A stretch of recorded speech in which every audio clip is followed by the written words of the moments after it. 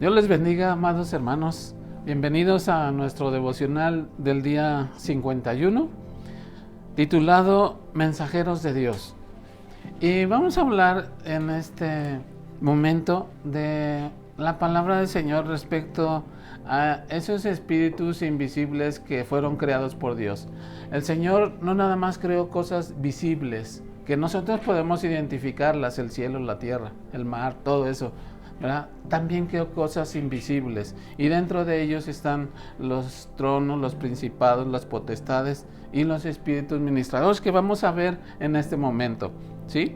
Ahí en el Evangelio de Mateo, capítulo 2, versículo 13 dice: después que partieron ellos, he aquí un ángel del Señor apareció en sueños a José y dijo: levántate y toma al niño y a su madre y huye a Egipto y permanece allá hasta que yo te diga, porque acontecerá que Herodes buscará al niño para matarlo. ¿Sí? Bueno, aquí entonces nos cita, ¿verdad?, los ángeles que guiaron a los magos y a José, ¿verdad?, para preservar la vida de nuestro Señor Jesucristo. Y es necesario que hablemos nosotros de estos ángeles, estos seres creados por Dios, ¿verdad? Y tengamos nosotros la certeza de que no estamos solos en este mundo que fue creado por Dios. Estamos también con ellos, ¿verdad?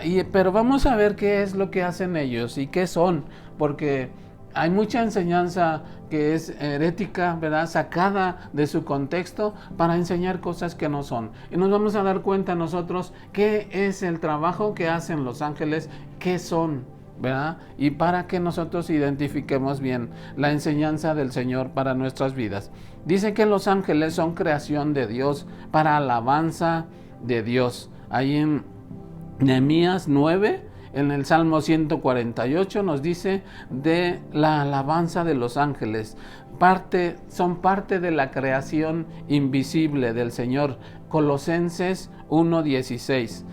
Y los ángeles tienen el propósito de entregar mensajes. Sí, ahorita vamos a ver esto del origen del mensaje, porque eso tiene que ver con su nombre, ¿sí? Y los espíritus, dice en Hebreos 1:14, que son espíritus ministradores, ¿sí? Bueno, entonces esto nos muestra, ¿verdad?, que no estamos solos en este universo. Y el Señor ha puesto, ¿verdad?, estos seres celestiales que están entre Dios y el hombre, ¿sí? Estos ángeles, llamados así, ¿verdad? La palabra derivada del griego quiere decir ángelos, que significa mensajero, ¿verdad? Y es así como el Señor los utiliza, ¿verdad?, para dar mensajes al hombre, ¿verdad?, para que se ejecute el plan del Señor. Para ello, la única fuente fiable sobre los ángeles es la Biblia, ¿sí? Y no debemos ir más allá de ella. La Biblia es la única fuente que tiene autoridad para distinguir entre lo especulativo y la verdad bíblica, ¿sí? Y esto es un tema tan polémico porque muchas personas sacan enseñanzas heréticas, ¿verdad? Y pueden decir, es que un ángel me habló, ¿verdad? Y de ahí sacar enseñanzas erróneas, pero vamos a ver cómo los ángeles van a cumplir siempre la palabra del Señor y no se van a salir de ahí. Así que la única fuente que tenemos, ¿verdad?, es la Escritura. Pero ¿y cómo intervienen los ángeles? ¿Qué es lo que los mueve? ¿Qué es lo que los motiva? ¿Sí? Vamos a ver cómo ahí en el capítulo que leímos de Mateo 2, dice que el ángel del Señor guió a los magos y a José para preservar la vida del Señor. O sea que brindan protección, ¿sí? En el Salmo 91, que todos lo conocemos, ¿verdad?, nos dice que guardan nuestros caminos, ¿sí?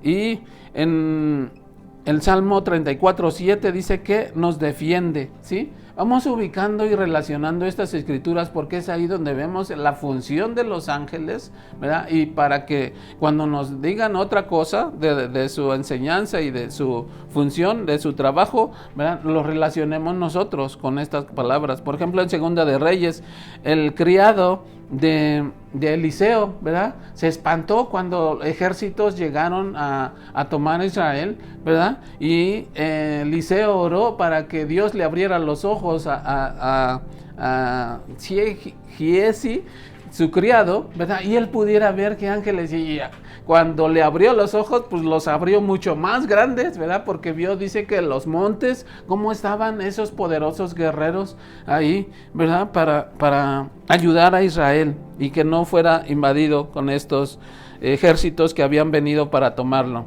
Sí, nos alientan en la prueba.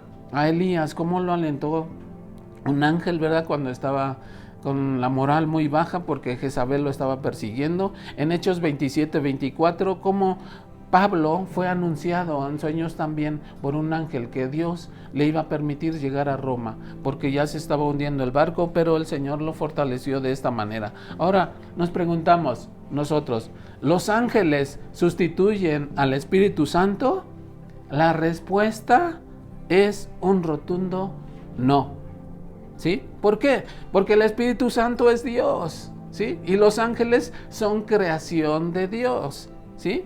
Y como vimos, entre las funciones de los ángeles es que obedecen las órdenes del Espíritu Santo, ¿eh? En Hebreos 1:14 dice que son espíritus ministradores, ¿sí? Los ángeles del reino de nuestro Señor Jesucristo son poderosos guerreros. ¿Qué los activa? La obediencia a la voz del Señor. Y esto vamos a relacionarlo con la aplicación que el Señor nos da ahora para nuestra vida, porque ellos son activados por la voz del Señor. Cuando el Señor habla, la obediencia a las Escrituras es la clave para que los ángeles trabajen a nuestro favor. Dice el Salmo 103:20: bendecid a Jehová vosotros sus ángeles, poderosos en fortaleza, que ejecutáis su palabra, obedeciendo a la voz de su precepto. Y esto es algo que nos debe de mover a nosotros también para la obediencia a la palabra. Sigamos obedeciendo y haciendo lo que Dios dice en su palabra sobre nuestra vida, sobre nuestra familia, sobre nuestro ministerio, sobre nuestra iglesia, ¿sí?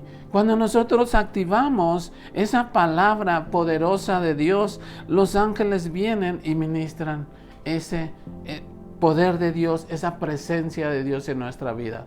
¿Qué tan obedientes somos nosotros a la palabra del Señor? Muchas veces nosotros decimos que es que estamos en el tiempo de la gracia. Ay, es que la carne es débil. Pero miren, los ángeles obedecen a un 100% la palabra del Señor. Cuando la voz del Señor es escuchada por los ángeles, todo lo visible e invisible se alinea y se cumple esa palabra. Y nosotros, una medida que tenemos para medir la obediencia a la palabra de Dios es que ¿qué tanto tenemos de nuestro Señor Jesucristo en nosotros y menos de nosotros? ¿Sí? Esto va a definir qué tanto tenemos del Señor Jesucristo en nuestra vida. Va a definir qué tipo de mensajeros o testigos de Dios somos en este tiempo que el Señor nos permite vivir. ¿Por qué no oramos diciéndole al Señor que seamos más precavidos, más atentos a su palabra y que cuando la hablemos sea con ese poder del Espíritu Santo, con esa autoridad que el Señor nos ha dado como hijos suyos? Oremos.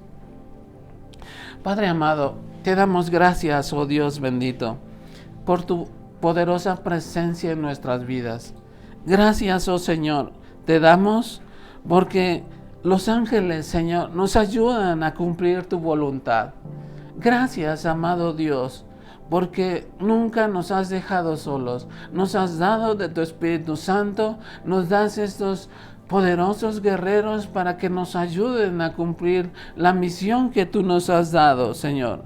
Nos rendimos, oh Dios, como ellos a tu voluntad, Padre, para que podamos obedecer tu palabra. Ellos la tienen, Señor, así como esa voz de trueno, Señor, pero nosotros la tenemos escrita y no hay ninguna diferencia.